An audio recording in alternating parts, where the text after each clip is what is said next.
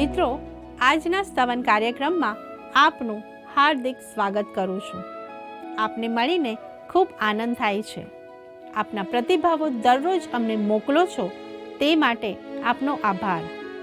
આજે આપણે બાઇબલના સૌથી પ્રેરણાદાયી પાત્રોમાંના એક એટલે કે યુસુફના જીવન વિશે અભ્યાસ કરીશું. ઉત્પત્તિના 37મા અધ્યાયમાં આપણે જોઈશું કે કેવી રીતે એક પરિવારમાં ઈર્ષા અને દ્વેષ ઊભા થાય છે.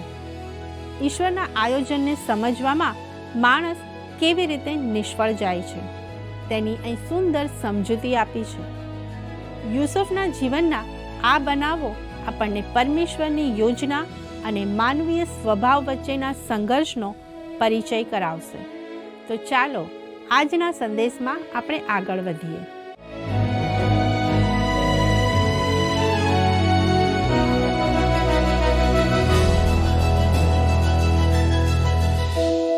નમસ્કાર મિત્રો, આવો ઉત્પત્તિ 37, 5 અને 6 કલમ વાંચીએ અને આજના અભ્યાસની શરૂઆત કરીએ.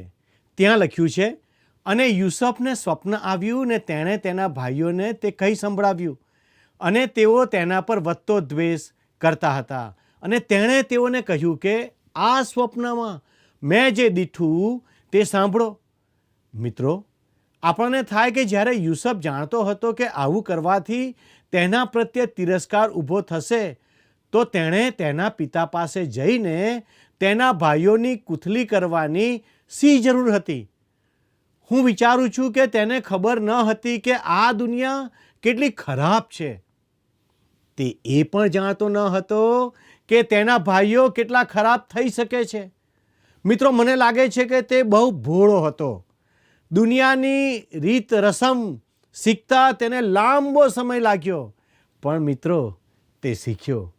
છેવટે બીજાની જેમ તે પણ દુનિયાદારી અને માણસોની એકબીજા પ્રત્યેની ધૃણાને જાણી શક્યો. મિત્રો, તમે કલ્પના કરો કે યુસુફનું કેટલું રક્ષણ કરવામાં આવ્યું છે. તેના પિતાનો બધો જ પ્રેમ રાહેલ પ્રત્યે હતો. તે પ્રથમ નજરે જ તેના પ્રેમમાં પડ્યો હતો અને 14 વર્ષ રાહેલ માટે મજૂરી કરી હતી. ત્યારબાદ ઘણા વર્ષો પછી તેને બાળક થાય છે. છેવટે યુસુફનો જન્મ થાય છે. યાકૂબ માટે તે મોટો આનંદ હતો. હવે રાહેલ નથી, માટે તે યુસુફને વધારે પ્રેમ કરે છે. યાકૂબે આવું કરવાનું ન હતું. તેણે બધાને એક સરખો પ્રેમ કરવાનો હતો, પણ યુસુફ લાડકો હતો. મિત્રો, 7 અને 8 કલમ જણાવે છે, જુઓ, આપણે ખેતરમાં પૂળીઓ બાંધતા હતા, અને જુઓ, મારી પૂળી ઉઠીને ઊભી રહી, અને જુઓ, તમારી પૂળીઓ ચારે ગામ ઊભી રહી ને મારી પૂળીની આગળ નમી. અને તેના ભાઈઓએ તેને કહ્યું, શું તું ખચિત અમારા પર સત્તા ચલાવશે? શું તું ખચિત અમારો ધણી થશે? અને તેઓ તેના સ્વપ્નને લીધે તથા તેની વાતને લીધે તેના પર વધતો દ્વેષ કરતા હતા.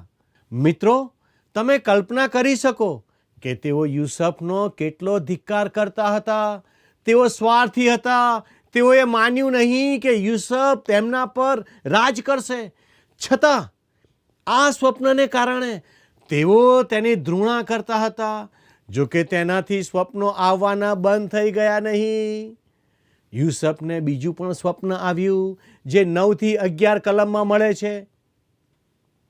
અને ફરી તેને બીજું સ્વપ્ન આવ્યું, ને તેણે તેના ભાઈઓને તે કહ્યું ને બોલ્યો, જુઓ, મને બીજું એક સ્વપ્ન આવ્યું, અને જુઓ, સૂર્ય તથા ચંદ્ર તથા 11 તારા મારી આગળ નમ્યા. અને તેણે તેના બાપને તથા તેના ભાઈઓને તે કહી સંભળાવ્યું. અને તેના બાપે તેને ધમકાવ્યો ને તેને કહ્યું, જે સ્વપ્ન તને આવ્યું તે શું છે? તારી આગળ ભૂમિ સુધી નમવાને હું તથા તારી માં તથા તારા ભાઈઓ શું ખરેખર આવીશું? અને તેના ભાઈઓએ તેના પર અદેખાઈ કરી, પણ તેના બાપે તે વાત મનમાં રાખી. યુસુફે સ્વપ્ન કહ્યું અને તેના ભાઈઓ સમજ્યા કે તે શું કહેવા માગે છે. આ પ્રકારનું દ્રશ્ય આપણને પ્રકટીકરણ 22 અને 1માં જોવા મળે છે, જ્યાં એક સ્ત્રીની વાત છે. સૂર્ય અને ચંદ્ર તેના પગ નીચે છે અને તેના માથા પર 12 તારાઓવાળો મુંગટ છે. તેનો અર્થ ઇસ્રાયેલ દેશ છે. આ ભાઈઓ સમજ્યા કે યુસુફ તેમને તેમના વિશે એટલે ઇસ્રાયેલ પુત્ર વિશે કહી રહ્યો છે. મિત્રો, અહીં આપણે ઇસ્રાયેલ દેશની શરૂઆત થતાં જોઈએ છીએ. ઉત્પત્તિનું પુસ્તક એક કડી છે અને જેમ જેમ આપણે પવિત્ર શાસ્ત્રમાં આગળ જઈએ છીએ તેમ તે ફૂલ વધુ ખીલે છે. આપણે ધારણાઓ કરવાને બદલે આપણને જે કહેવામાં આવ્યું છે તે સમજવાની જરૂર છે. વૃદ્ધ યાકૂબ તે સ્પષ્ટ સમજ્યો હતો અને તેણે યુસુફને ઠપકો આપ્યો. શું તેનો અર્થ એ થાય કે તારા પિતા, તારી મા અને તારા ભાઈઓ તને નમન કરશે? યુસુફે જવાબ આપ્યો, તે સ્વપ્ન હતું, તે સ્પષ્ટ હતું, તેથી તેનો ખુલાસો કર્યો નહીં. તેના ભાઈઓએ તે નકારી કાઢ્યું અને તે પર ધ્યાન આપ્યું નહીં.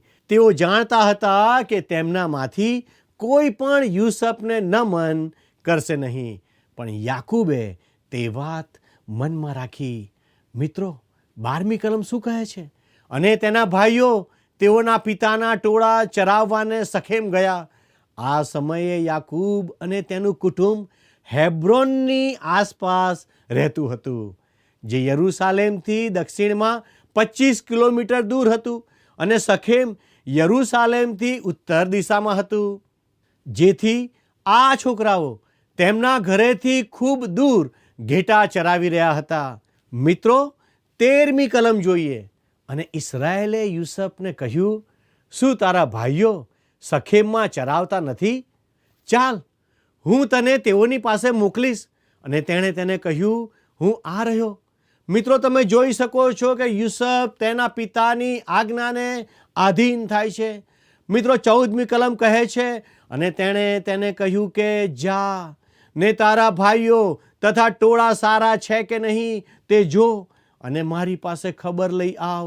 અને તેણે તેને હેબ્રોનના મેદાનમાંથી મોકલી દીધો ને તે શેકેમ આવ્યો. યુસુફે છેક હેબ્રોનથી શેકેમ સુધી મુસાફરી કરી.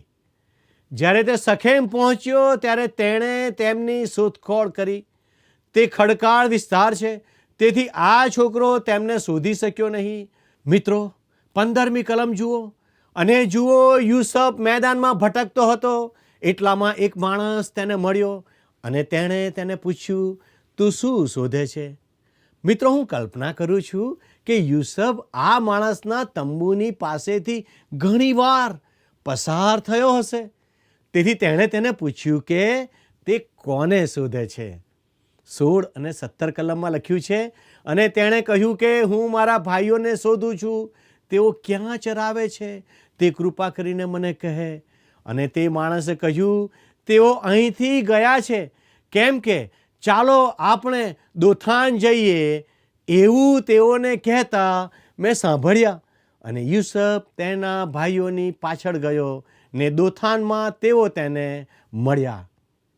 મિત્રો, દોથાન શેકેમથી ઉત્તરમાં ખૂબ દૂર આવેલું છે. તે એઝ્રોનની ખીણ પાસે આવેલું છે.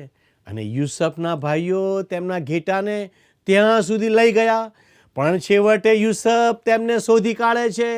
મિત્રો, 18 થી 20 કલમ જણાવે છે, અને તેઓએ તેને આગેથી દીઠો.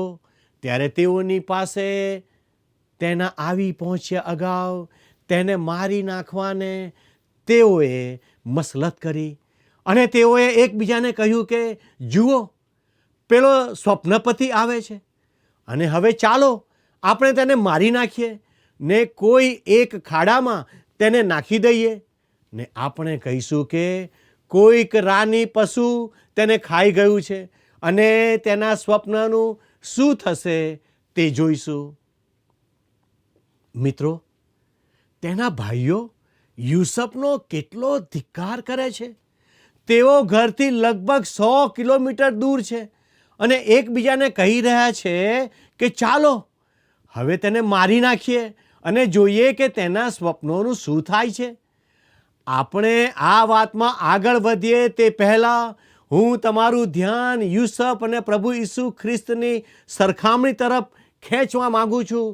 તમે આ સમાનતાને ચૂકશો નહીં. પહેલી બાબત, યુસફનો જન્મ ચમત્કારિક હતો, કારણ કે ઈશ્વરે હસ્તક્ષેપ કરીને પ્રાર્થનાના જવાબ તરીકે આપ્યો. પ્રભુ ઈસુ કુંવારીને ઉદરે જન્મ્યા, તેથી તેમનો જન્મ પણ ચમત્કારિક હતો. બીજું, યુસફના પિતા તેમને ખૂબ પ્રેમ કરતા હતા. પ્રભુ ઈસુના પિતા પણ તેમને ખૂબ પ્રેમ કરતા હતા, જેમણે જાહેર કર્યું, આ મારો વાલો દીકરો છે. ત્રીજું, યુસફ પાસે બહુરંગી જબ્બો હતો, જે તેને બધાથી અલગ પાડતો હતો. ખ્રિસ્તને પણ જુદા પાડવામાં આવ્યા અને પાપીઓથી અલગ કરવામાં આવ્યા. ચોથું, યુસફે જાહેર કર્યું કે તે પોતાના ભાઈઓ પર શાસન ચલાવશે. પ્રભુ ઈસુએ પોતાને મસીહા તરીકે જાહેર કર્યા. જેમ યુસફના સંદેશની ઠેકડી ઉડાવવામાં આવી, તેમ ઈસુની પણ મજાક ઉડાવવામાં આવી. ખરેખર તો તેમના વધસ્તંભ પર લખાણ લખવામાં આવ્યું, આ યહૂદીઓનો રાજા છે. પાંચમું, યુસફને તેના પિતાએ તેના ભાઈઓ પાસે મોકલ્યો હતો. ઈસુને પણ તેમના ભાઈઓ પાસે, એટલે ઇસરાયેલના ઘરના ખોવાયેલા ઘેટા પાસે મોકલવામાં આવ્યા હતા. યુસફને કોઈ પણ કારણ વગર તેમના ભાઈઓ ધિક્કારતા હતા. પ્રભુ ઈસુને પણ લોકોએ વિના કારણ ધિક્કાર્યા હતા. મિત્રો, હવે આપણી વાતમાં પાછા આવીએ. યાદ કરો કે યુસફ તેના ભાઈઓ પાસે આવે છે અને તેઓ તેની વિરુદ્ધ કાવતરું ઘડી રહ્યા છે. તેણે પેલો બહુરંગી જબ્બો પહેર્યો છે. આપણે ખાસ યાદ રાખીએ કે યુસફ તેના ભાઈઓ કરતાં નાનો હોવા છતાં તેનું સ્થાન તેમના કરતાં ઊંચું હતું.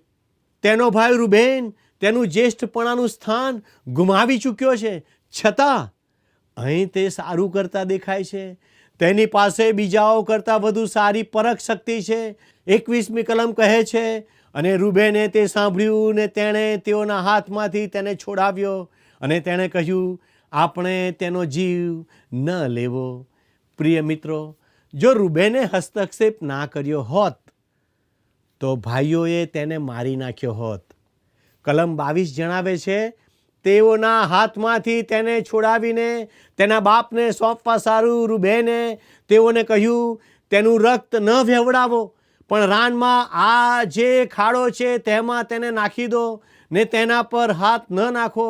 કદાચ યુસફને ખાડામાં નાખી દીધા બાદ બહાર કાઢીને પિતાની પાસે પાછા લઈ જવાનો રૂબેનનો હેતુ હતો. કલમ 23 જુઓ. અને એમ થયું કે યુસફ તેના ભાઈઓની પાસે આવ્યો, ત્યારે યુસફનો જબ્બો, એટલે જે રંગીત જબ્બો તેના અંગ પર હતો, તે તેઓએ ઉતારી લીધો. યુસફના બહુરંગી જબ્બાની તેઓ ઈર્ષા કરતા હતા, કેમ કે તે તેને અલગ પાડતો હતો. જ્યેષ્ઠપણાના નિયમ મુજબ તેના પર સૌથી મોટાનો અધિકાર હતો. તેથી તે ઈર્ષા કરાવતા જબ્બાને તેમણે ફાડી નાખ્યો અને તેઓએ તેને પકડ્યો ને તેને ખાડામાં નાખી દીધો. તે ખાડો ખાલી હતો ને તેમાં પાણી ન હતું, અને તેઓ રોટલી ખાવા બેઠા, અને તેઓએ નજર ઊંચી કરીને જોયું તો જુઓ, ઇસ્માઇલીઓનો એક સંઘ ગિલિયાદથી આવતો હતો, અને સુગંધીઓ તથા લોબાન તથા બોળથી લાદેલા તેઓના ઊંટ મિસર દેશમાં તેઓ લઈ જતા હતા. અને યહૂદાએ પોતાના ભાઈઓને કહ્યું, જુઓ, આપણા ભાઈને મારી નાખીએ ને તેનું રક્ત સંતાડીએ તો આપણને શો લાભ? ચાલો ઇસ્માઇલીઓને તેને વેચી દઈએ ને આપણો હાથ તેની વિરુદ્ધ ન થાય, કેમ કે તે આપણો ભાઈ તથા આપણું લોહી છે. અને તેના ભાઈઓએ તેનું સાંભળ્યું. મિત્રો, હવે યહૂદા વેપારીઓને પસાર થતા જુએ છે ત્યારે હસ્તક્ષેપ કરે છે. તેની યોજનામાં લોભવૃત્તિ જણાય છે, પણ તે ઈચ્છે છે કે હત્યા ના થાય.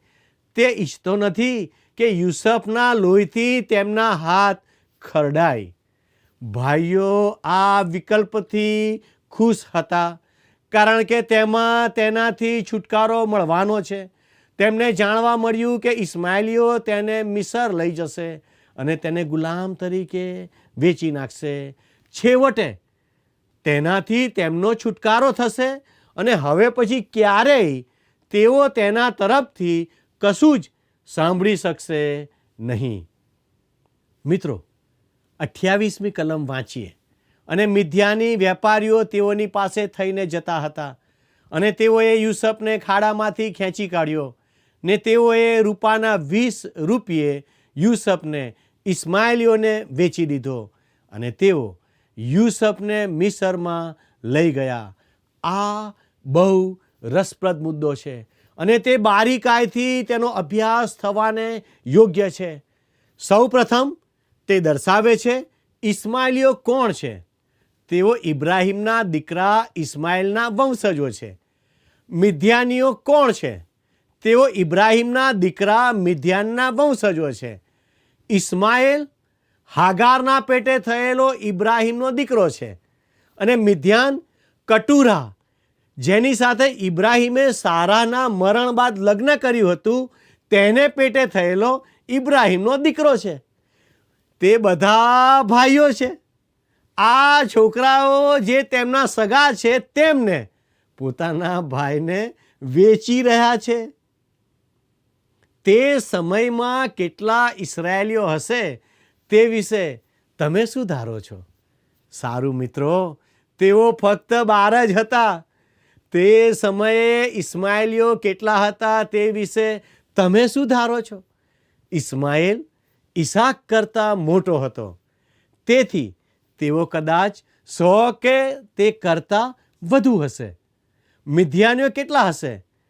મિદ્યાનનો જન્મ ઈસાક પછી થયો હતો, તેથી તેઓની સંખ્યા બહુ ના હોઈ શકે, કદાચ 12 કે તેથી વધુ. આ બધી નાની ટોળીઓ હતી અને તે સમયે મુસાફરી કરવી જોખમી હતી. તેઓ રણ પાર કરીને મિસર જઈ રહ્યા હતા. તેઓ રક્ષણ માટે સાથે રહેતા હતા અને તેમનો હેતુ પણ સરખો હતો.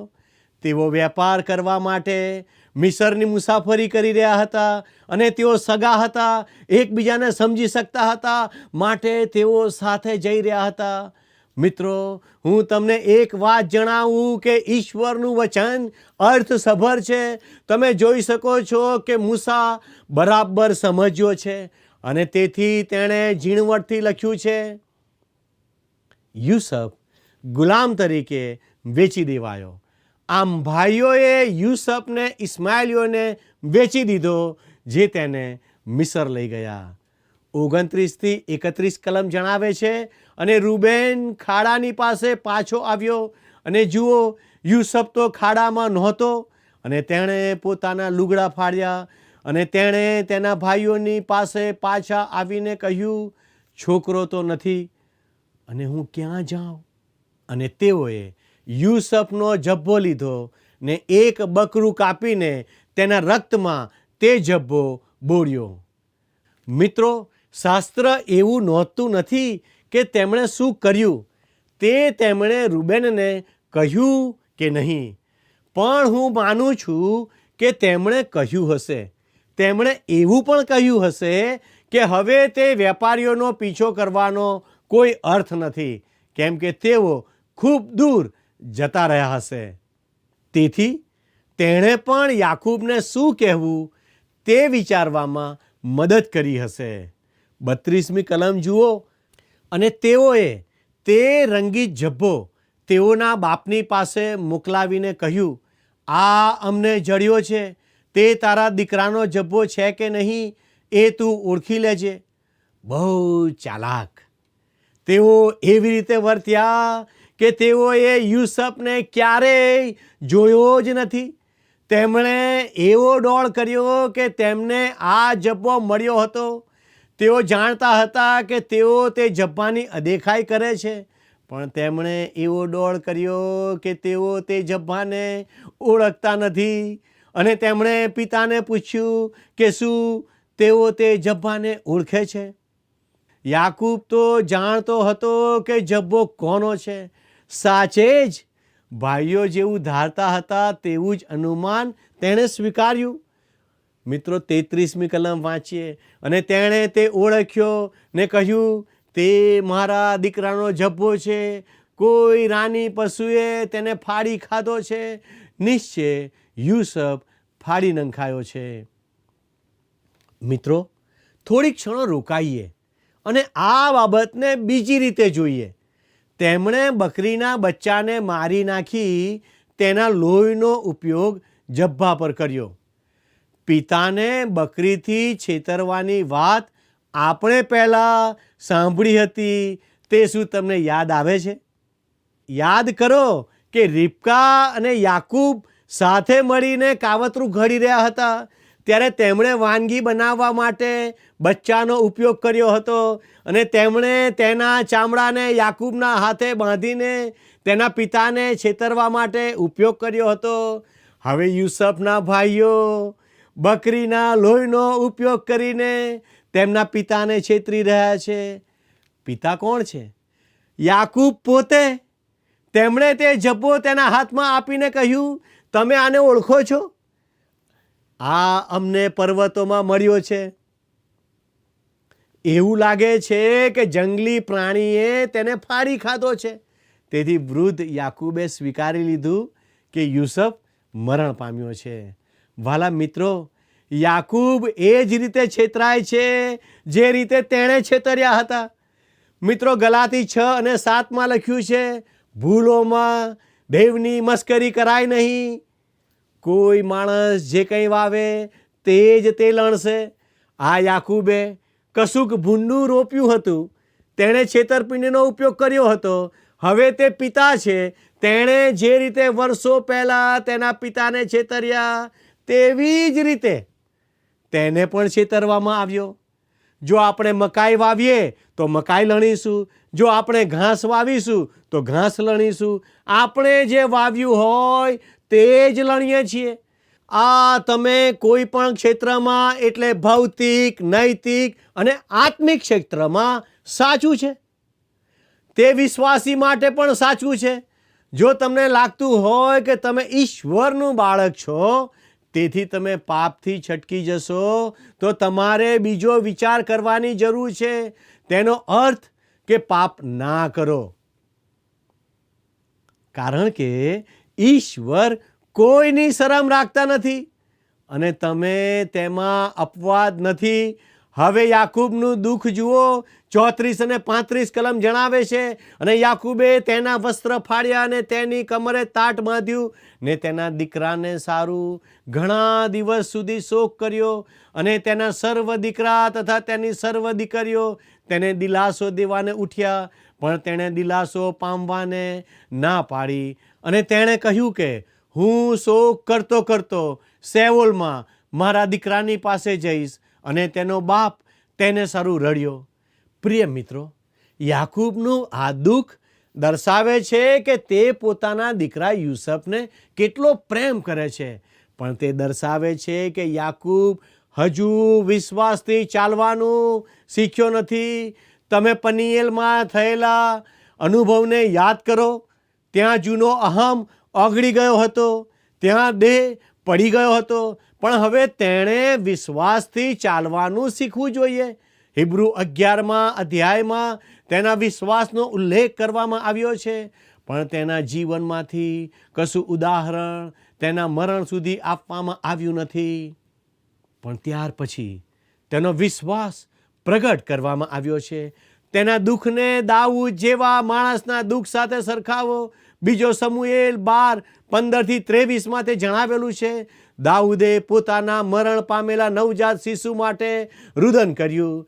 તેણે પણ જેમ યાકૂબે યુસુફ પર પ્રેમ કર્યો તેટલો જ પ્રેમ પોતાના બાળકને કર્યો હતો. પણ દાઉદ વિશ્વાસનો માણસ હતો. તે જાણતો હતો કે નાનું બાળક તેની પાસે પાછું આવવાનું નથી, પણ તે એક દિવસે તે નાના બાળકની પાસે જશે. કેવો વિશ્વાસ! મિત્ર, અહીં યાકૂબ વિશ્વાસથી ચાલતો નથી. આ અસાધારણ દુઃખ છે. વાલા મિત્રો, કદાચ તમે પણ તમારા પ્રિયજનને ગુમાવ્યું હશે. તમે કદાચ તેમાંથી બહાર આવી શકતા નથી. હું તમને નમ્રતાથી કહું છું કે વિશ્વાસથી ચાલતા શીખો. જો તમે ઈશ્વરનું બાળક છો તો તમારે વિશ્વાસથી ચાલવું જોઈએ. હવે છેલ્લું વચન યુસફને મિસરમાં દર્શાવે છે. 36મી કલમ જોઈએ. અને પેલા મિદ્યાનીઓએ યુસફને મિસરમાં ફારૂનનો સરદાર પોટીફાર, જે રક્ષકોનો અધિકારી હતો, તેને ત્યાં વેચી દીધો.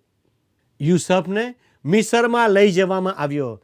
તે પછી શું થયું તે જો આપ જાણવા માગો છો તો અમારા આ કાર્યક્રમને નિયમિત રીતે નિહાળશો. ઈશ્વર આપને આશીષ આપો. ધન્યવાદ.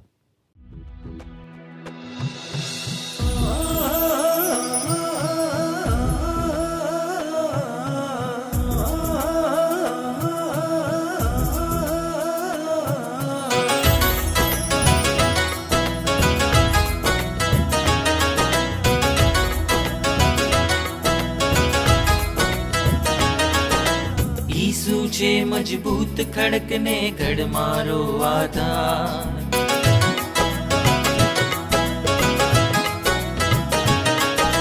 ઈસુ છે મજબૂત ખડકને ઘડ મારો આધાર. ઈસુ છે મજબૂત ખડકને ઘડ મારો આધાર. તેની ઉપર બાંધી આપણું જીવન તણું મકાન. તેની ઉપર બાંધી આપણું જીવન તણું મકાન. જીવન તણું મકાન. જીવન તણું મકાન. ઈસુ છે મજબૂત ખડકને ખડ મારો આધાર. ઈસુ છે મજબૂત ખડકને ખડ મારો આધાર.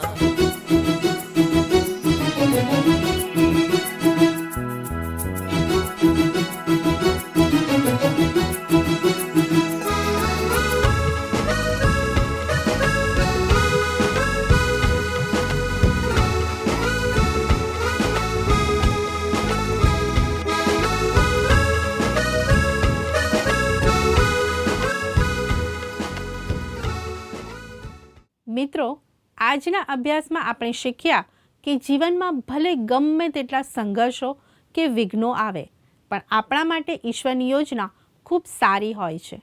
તે આપણને પ્રેમ કરે છે અને આપણને પાપમાંથી બચાવવા માંગે છે. યુસુફને ગુલામ તરીકે વેચવામાં આવ્યો, પણ તે ઈશ્વરના મોટા આયોજનનો એક ભાગ હતો. આપણા જીવનમાં પણ આવતા દુઃખો અને અન્યાય પાછળ પણ ઈશ્વરનો કોઈ ઉમદા હેતુ હોઈ શકે છે. આવતા અંકમાં આપણે જોઈશું કે મિસરમાં યુસુફ સાથે શું થાય છે. આજનો પ્રશ્ન છે, કયા ભાઈએ યુસુફનો જીવ ન લેવા માટે હસ્તક્ષેપ કર્યો હતો? એ યહૂદા, બી લેવી, સી રૂબેન, ડી સિમ્યોન. મિત્રો, ગત પ્રશ્નનો જવાબ છે એ યાકૂબ. અમારા આજના પ્રશ્નનો જવાબ મોકલવા માટે અમારો સંપર્ક નંબર છે 94 29 37 56 10. આપના પ્રતિભાવો પણ આ નંબર પર મોકલી શકો છો. આભાર. શું તમને આ કાર્યક્રમ ગમ્યો? અત્યારે જ અમને મિસ કોલ કરો.